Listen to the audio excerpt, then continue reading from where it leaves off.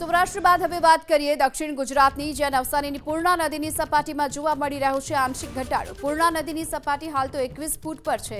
બેસદ ખાડા વિસ્તારમાંથી પાણી ઓસરવાની શરૂઆત થઈ ચૂકી છે। ઉપરવાસમાં વરસાદે વિરામ લીધો છે, જેને લઈને પ્રશાસને રાહતનો શ્વાસ લીધો છે।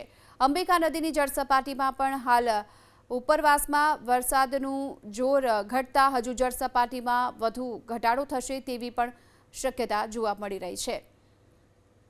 તો અંબિકા નદીની જળ સપાટીમાં પણ હાલ ઘટાડો જોવા મળ્યો છે, કારણ કે ઉપરવાસમાં સતત વરસાદનું જોર ઘટી રહ્યું છે અને તેના કારણે હવે અંબિકા નદીનું જળસ્તર પણ ઘટે તેવી શક્યતા છે। તો આ તરફ જે પૂર્ણા નદી છે તેની પણ જળ સપાટી સતત ઘટી રહી છે, તેને લઈને પ્રશાસને રાહતનો શ્વાસ લીધો છે। પૂર્ણા નદીની સપાટી અત્યારે 21 ફૂટ પર છે।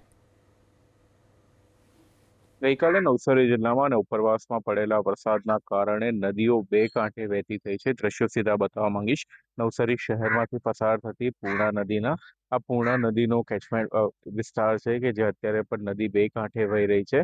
પૂર્ણા નદીની ભયજનક સપાટી જે છે એ 23 ફૂટ છે, જે મોડી રાત્રે 23 ફૂટ સુધી વટાવી ચૂકી હતી, પરંતુ હાલમાં ધીરે ધીરે આ સપાટી ઓસરી રહી છે અને અત્યારે 20 ફૂટ સુધી પહોંચ્યું છે।